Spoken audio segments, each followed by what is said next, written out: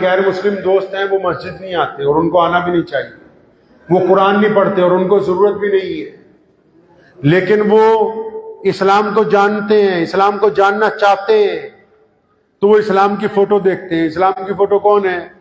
इस्लाम की फोटो कौन है? इस्लाम की फोटो ये है हाजी अब्दुल गफूर साहब, इस्लाम की फोटो ये है शेखुल हदीस साहब बैठे हैं पीछे, इस्लाम की फोटो ये है बड़े मियाँ, इस्लाम की फोटो ये है बच्चा, इस्लाम की फोटो ये नौजवान है, ये अब्दुल रहमान है, ये जुनैद है, ये मोहम्मद शफी है, वो अस्मा है, वो रुकैया है। ये इस्लाम की तो तस्वीर बैठी है सारी, देखो इसको कभी आईने में अच्छी तरह देखो तो सही इसको। गैर मुस्लिम इन्हीं के अंदर इस्लाम को देखते हैं। इस्लाम ये चाहता है कि पूरी दुनिया तो चाहे ना इस्लाम में आए, लेकिन आपकी वजह से कोई इंसान इस्लाम को, रसूलुल्लाह के दीन को बुरा ना कहे, आपकी वजह से कोई दीन को बुरा ना कहे। अपने किरदार को अच्छा बनाइए, लोग आपको देखते हैं, आप में रसूलुल्लाह सल्लल्लाहु अलैहि वसल्लम की तालीमात को ढूंढते हैं। आप चाहे नमाजी हो नहीं हो, ये तो आपका मसला है ना, गैर मुस्लिमों का मसला तो नहीं है ना जी, ये आपका मामला है ना जी। तो आप अपने किरदार को अच्छा बनाएंगे इंशाअल्लाह। कभी अपने गिरेबान में झांक के देखें, कहीं ना कहीं हमारी गाड़ी में फॉल्ट पड़ा हुआ है, कहीं ना कहीं खामी अभी हमारे अंदर मौजूद है। हम जब इसको निकाल लेंगे तो इंशाअल्लाह ताला अल्लाह तबारक व तआला आपको इज्जत अता फरमाएंगे। तो दो काम जरूर करने हैं, कुरान को तफसीर के साथ पढ़ना है, पढ़ेंगे इंशाअल्लाह। रसूलुल्लाह की जिंदगी पढ़नी है, और बिना पढ़े मसला हल होने वाला है नहीं। और ये जितने मौलवी हैं माशाल्लाह, आपके यहाँ तो पता नहीं इमाम की क्या तनख्वाह होती है सर? 8,000? इतने ज्यादा क्या करेगा ये बेचारा? 10,000? अल्लाह रहम कर। पंजाब वक्फ बोर्ड में अतीक अहमद साहब बैठे हैं, चले गए? अच्छा, हजरत पंजाब वक्फ बोर्ड में एक दफा इमामों की तनख्वाहों का मसला आया, तो मैं मजहबी उमूर का चेयरमैन था, मैंने लिखा 25,000 कर। तो सारे दुनियादार चिल्लाने लगे, अरे ये क्या कर रहे हो उस्मान भाई, ये तो ज्यादा हो गई, ज्यादा हो गई। तो मैंने फिर गुफ्तगू को बदला, वहां मेरे दोस्त हैं नवाब साहब, उनका भी नाम नहीं लेता, मैंने उन्हें कहा, मैं कहा नवाब साहब जूते बड़े अच्छे पहने, तो फरमाने लगे यार एडिडास के लेके आया हूं, 25,000 के हैं। तो मैं कहा बिल्कुल ठीक, अब इस कौम को जूतियों की जरूरत है, इमामों की है। आज जितना गुड़ डालेंगे उतना मीठा होगा। ये राब्ता मदारिस वाले धड़ाधड़ मीटिंगें करते हैं पूरे हिंदुस्तान में। मैंने अपने सदर साहब को कहा पंजाब में, मुफ्ती खलील साहब को, और मैं कहा कभी मौलवियों की तनख्वाह बढ़ाने की गल कर लो। इन्होंने तो तब लोगों को ये बातें बतानी है जो मैंने आपके सामने रखी, कि जब आप इतना ताकतवर करेंगे, इतना माशी तौर पे मजबूत करेंगे कि ये सारा दिन रसूलुल्लाह सल्लल्लाहु अलैहि वसल्लम को पढ़ते रहें, और फिर इशा में, मगरिब में, असर में, फजर के बाद आपको बताएं कि रसूलुल्लाह ये चाहते हैं। मैं जब दारुल देवबंद और मज़ारुल में जब मैं गया पढ़ने के लिए, छोटा था, तो वालिद साहब ने भेजा, तो मुझे 2-3 लोग मिल गए, तो मुझे कहने लगे, ओए तेरी ये सलवार जरा नीची है, ऊंची कर लेनी तो तू जहन्नुम में जाओगे। असि पंजाबी लोग हैं, तो पंजाबी आपको पता ही है, जरा सीधे होंगे हैं। तो मैं वापस अपने जब छुट्टी पे घर आया, मैंने अपने अब्बा को ऐसी मजाक में कहा, मैं कहा आप तो कहते थे माँ के पैरों के नीचे जन्नत है, ये पतंदर कहते हैं कि टखनों में फंसी हुई है। अगर तो ये कपड़ा ऊपर कर दिया तो जन्नत। जितने लोग वक्त लगा के आए होंगे जमात में, सबको पता होगा भी है जी, पता है ना कि पजामा ऊंचा करना है। आपका भी नमाज के टाइम करवाते हैं मौलवी हैं। मैंने अपने अब्बा को कहा, मैं कहा जी वो तो कहते हैं अगर ये ऊंचा कर लिया तो जन्नत, अगर ये नीचे हो गया तो जहन्नुम में चले जाओगे। तुम बताओ क्यों ऊंचा करते हैं? पता है कपड़ा, पजामा क्यों ऊंचा करते हैं? तक ना दिखे। आप बताओ जी, आप बताओ। हाँ, ये तो वो बात हो गई। हजरत एक बादशाह था, उसके पास एक बंदा गधा ले आया, तो उसको कहने लगा भाई ये गधा बेचना हजरत, ये 10,000 दिनार का है, इसमें क्या खासियत है? फरमाया जो इस पे बैठ जाता है उसको जन्नत नजर आती है। तो बादशाह ने अपने वजीर को कहा कि जब गधे में बैठ, अब जब वजीर गधे पे बैठा, गधा तो आम सा गधा था, मरासी था ना, मरासी जो होते हैं अल्लाह ने उनको बड़ा फन दिया है, बड़ी काबिल कौम है, आप किसी को कमतर ना समझे।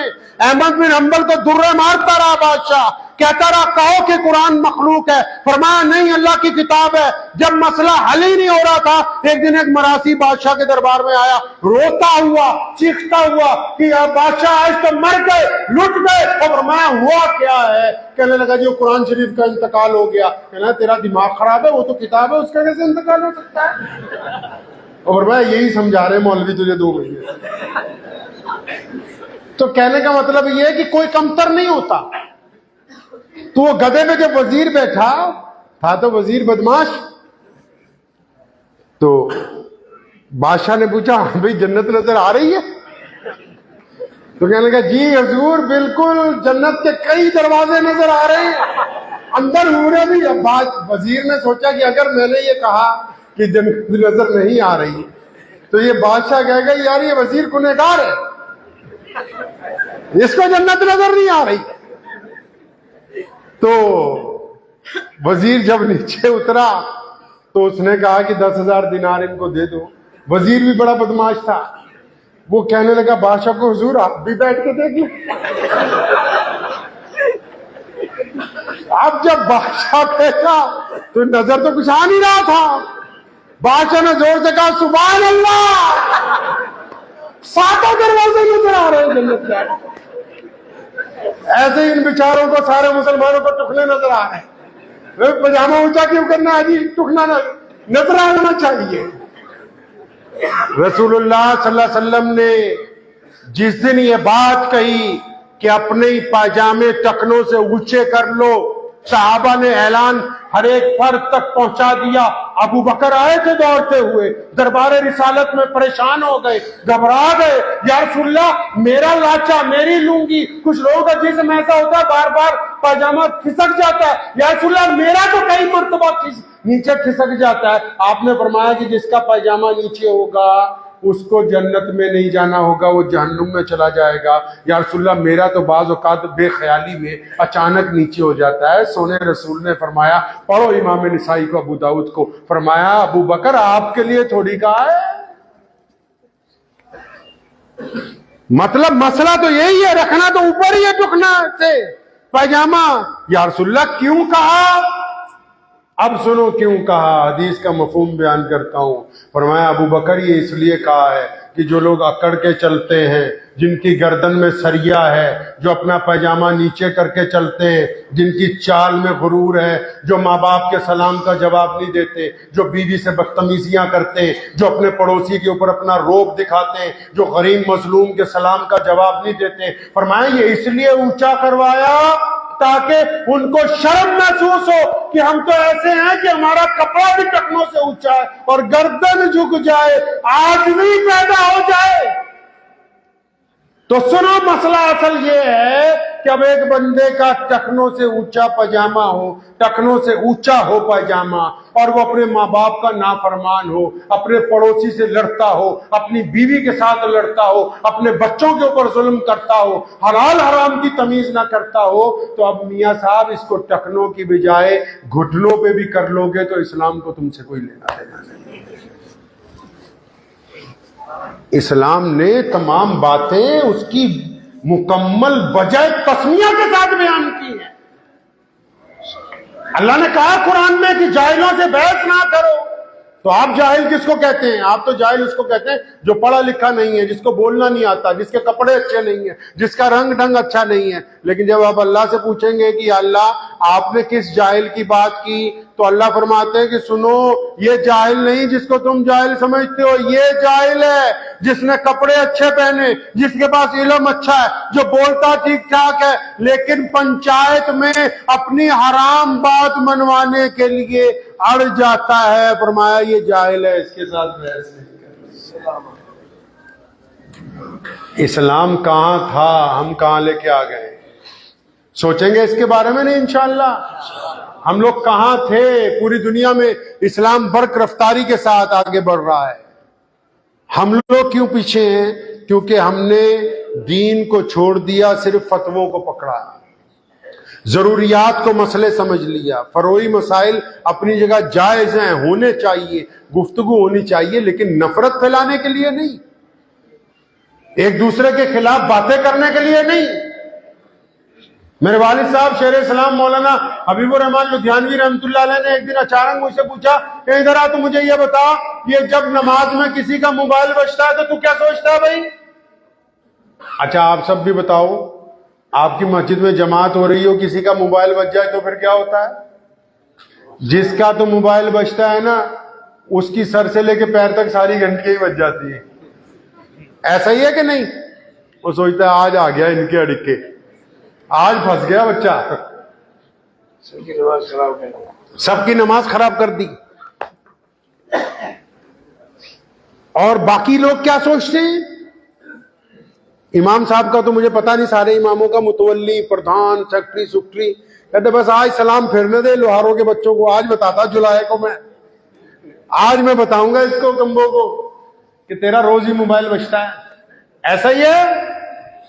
मैंने वालिद साहब ने जब मुझसे पूछा, सादे से बंदे, मैं कह जी मोबाइल बच गया तो क्या मुसीबत आ गई, जेब में हाथ डालो उसको बंद कर दो।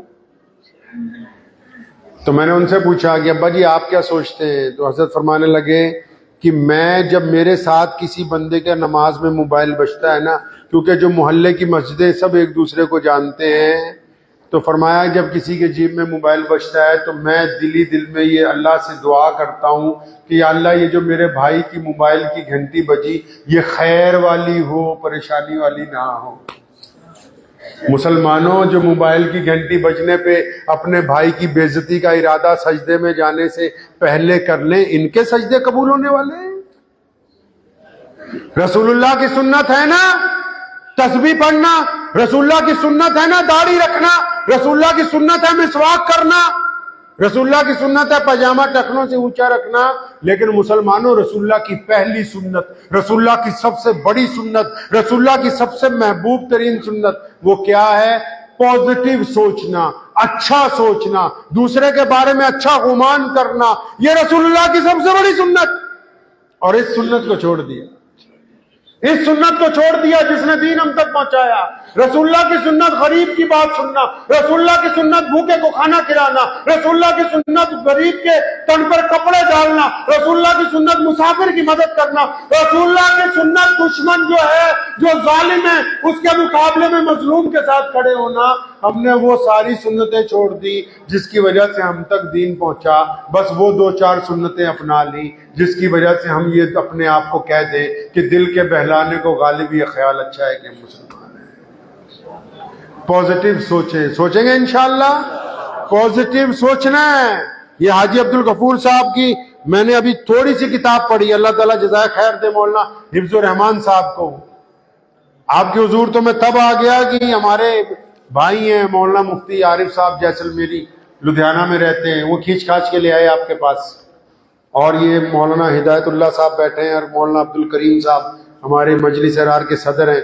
यहाँ आया तो हजरत मौलाना मोहम्मद आसिफ साहब मद्दसिल्लु अलैह नाजिम आला छुटमलपुर जामिया मदरसा से मुलाकात हो गई। तो सुन्नत ये तरीका है कि अपनी जहन को पॉजिटिव कर ले। सोचेंगे इंशाल्लाह पॉजिटिव। कैसे सोचोगे आप? कैसे सोचते हो मैं पता? वक्त तो ज्यादा हो गया, मुझे बहुत एहसास है कई लोगों को बड़ा हो रहा है कि जल्दी घर पहुंच जाए, लेकिन एक आधी अगर काम की बात साथ में नहीं गई तो समझो कुछ भी नहीं गया। हम लोग कैसे सोचते हैं आजकल? अच्छे कपड़े किसी मौलवी के देख लो, या किसी को देखो जल्दी अमीर हो गया, या किसी बढ़िया, यार इसने कहीं ठगी तो नहीं मारी होगी। ऐसा सोचना रसूलुल्लाह की नौज़ुबिल्लाह अहादीस की मुताबिक रसूलुल्लाह सल्लल्लाहु अलैहि वसल्लम के मिजाज के खिलाफ है।